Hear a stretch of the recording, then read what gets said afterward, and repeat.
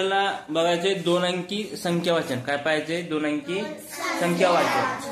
आता 2 अंकी संख्येचं वाचन करताना आपले बऱ्याच वेळेस चुका होतात. काय होतात? चुका होतात. आणि त्या दुरुस्त होण्यासाठी किंवा ते पटापट आपल्याला संख्या वाचता यावी म्हणून काही सोप्या सोप्या ट्रिक्स असतात किंवा आयडिया असतात, त्या आपण आता वापरूया. बघा, ही एक महत्वाची अशी एक आयडिया आहे की इथं काय करतो आपण, एखादी संख्या आपण घेतली. समजा आता उदाहरणार्थ आपण आता इथे एक ही संख्या घेतलेली आहे, बरोबर. आता मला सांगा, हे समोर जी एक संख्या दिसते तर त्या संख्येमध्ये हे जे 6 आहेत तर हे 6 किती असतात? 6च असतात. किती असतात ते? 6. आणि इकडचे दशक स्थानचे जे अंक असतात हे एकक आणि हे दशक. दशक स्थानचे जे अंक असतात तर हे 4 नाही तर किती असतात ते? ते किती आहेत? 40. म्हणजे या 4 आणि 6 मध्ये म्हणजे जी संख्या दिसते तर इकडचे जे 6 दिसतात, हे इकडचे जे 6 दिसतात, हे 6 किती आहेत? 6 आहेत. आणि हे जे 4 आहेत हे दिसायला 4 आहेत पण ते 4 आहेत का? नाही, 40 आहेत. किती आहेत ते? 40. मग आता 40च्या पुढे किती असते?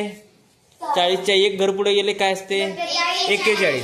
मग बरोबर 41. मग 41 पासून आपल्याला किती घर पुढे जायचे? तर 6 घर आहे की नाही?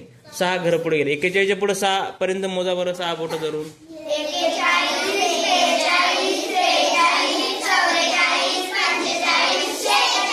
बरोबर. म्हणजे आता ही जी समोर आपल्याला संख्या दिसते ही संख्या किती आहे मग?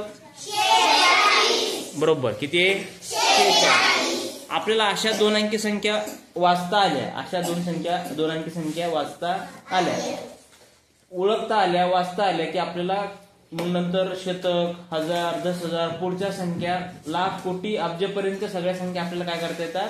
वाचता येतात. काय करता येतात? वाचता येतात. सगळ्यात महत्वाचं आपल्याला की ह्या 2 अंकी संख्या आपल्याला काय करता आल्या पाहिजेत?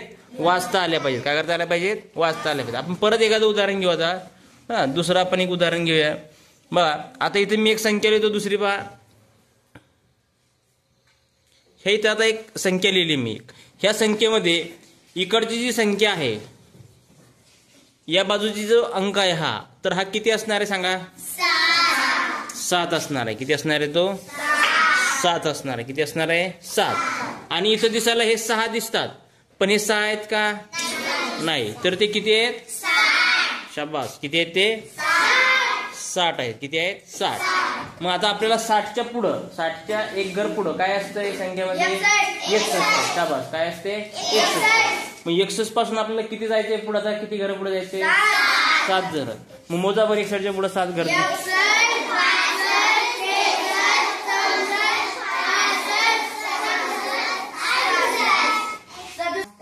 किती आहेत मग ते? 67. शाबास. म्हणजे 60च्या पुढं 61, 62, 63, 64, 65, 66 आणि 67. म्हणजे आपल्याला 7 घर पुढे गेले की ती संख्या मिळते. म्हणजे ही जी इथं दिसते जी संख्या जी आहे फळ्यावरची ही किती आहे? 67 आहे. किती आहे ते? 67 आहे. लक्षात आलं तुमच्या? बरोबर. आता पहा, आपण काय करू आता? परत इथे एक दुसरी संख्या घेऊ. इथे एक संख्या घेऊ आपण. आता ही मी आता एक संख्या लिहिलेली आहे, बरोबर. ही एक संख्या लिहिली. आता मला सांगा, हे इकडचे जे 6 दिसतात तर हे किती आहेत? 6च आहेत. बरोबर. आणि इकडचे जे 3 दिसत आहेत हे 3 किती आहेत? कारण दशक स्थानचे आहे की नाही, म्हणून ते किती आहेत? 30 आहेत. आता आपल्याला 30च्या पुढं 6, 30 मध्ये किती मिळवायचे?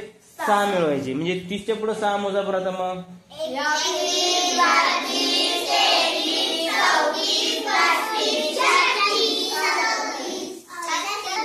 किती आहे? किती आहेत ते? 36. किती आहेत? 36. बरोबर. मग ही जी संख्या आहे ही किती आहे मग? 36 आहे. किती आहे? 36.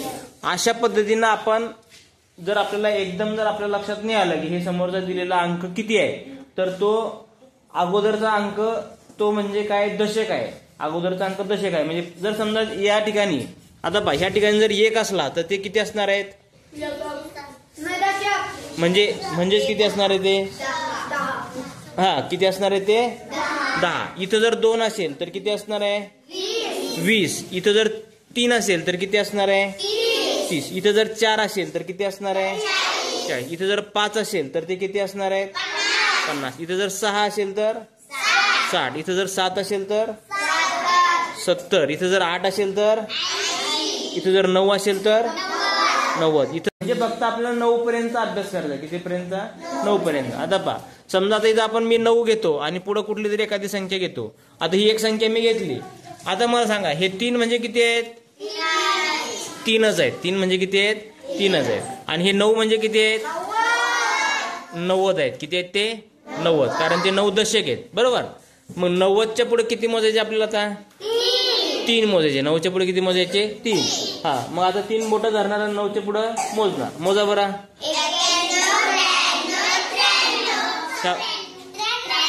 किती? म्हणजे 90च्या पुढे 3 मोजले, किती आले? 93. म्हणजे ही जी संख्या दिली आपल्याला, ही संख्या किती आहे मग? 93. किती आहे ती? 93.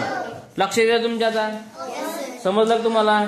पहा, कोणती पण 2 अंकी संख्या दिलेली असेल तर तिचं एकक स्थानचा अंक सरळ तेवढाच असतो. पण दशक स्थानचा अंक म्हणजे त्याच्या दशपटीमध्ये तो असतो. दशक स्थानचा अंक म्हणजे तो दशपटी, त्याच्यावर एक 0 असतं. म्हणजे तिथं जर 1 असेल तर किती? दशकच्या ठिकाणी 1 असेल म्हणजे ते किती आहे? 10. किती आहे? 10. दशकच्या ठिकाणी 2 असेल तर, दशकच्या ठिकाणी 3 असेल तर, दशकच्या ठिकाणी 4 असेल तर, दशकच्या ठिकाणी 5 असेल तर, दशकच्या ठिकाणी 6 असेल तर, दशकच्या ठिकाणी 7 असेल तर, दशकच्या ठिकाणी 8 असेल तर, दशकच्या ठिकाणी 9 असेल तर 90. किती? 90. म्हणजे आपण 2 अंकी संख्या म्हणजे आपली चुकायला नको. 10 आपल्याला बोट आहेत हाताला, आहे का नाही? आपल्याला फक्त 9 पर्यंतचे बोट महत्वाचे असतात. समजा काय उदाहरण, अजून परत एक उदाहरण इथं घेऊ आपण, की इथं जर आपण संख्या इथं मी घेतली बा, ही एक संख्या इथं मी घेतली. आता ही संख्या आपल्याला लवकर लक्षात येणं की काय आहे, वाचता यायला आपल्याला थोडी अडचण यायला लागली. मग आपण एवढं पटकन लक्षात ठेवायचं, हे 4 म्हणजे किती आहेत? 4 आहेत. 4 म्हणजे किती आहेत? 4 आहेत. आणि हे 5 म्हणजे किती आहेत? 50 आहेत. मग 50च्या पुढे किती जायचंय आपल्याला? 4. मग बोट धरायचे किती? 4. आणि 50च्या पुढे काय मोजायचे? पुन्हाच्या पुढे किती असते? 51, 52, 53, 54. किती झाले मग ते? म्हणजे ही दिलेली संख्या किती आहे? किती आहे ती? 54. लक्षात आलं तुमच्या? आता तुम्हाला कळलं का? आता 2 अंकी संख्या जर समजा आपल्याला वाचताना अवघड गेली तर आपल्याला काय करायचं समजलं? लक्षात आलं का? ओके, ठीक आहे. व्हिडिओ उपयुक्त वाटल्यास पुढील व्हिडिओच्या अपडेटसाठी चॅनेलला सबस्क्राईब करा आणि बेल आयकॉन क्लिक करायला विसरू नका.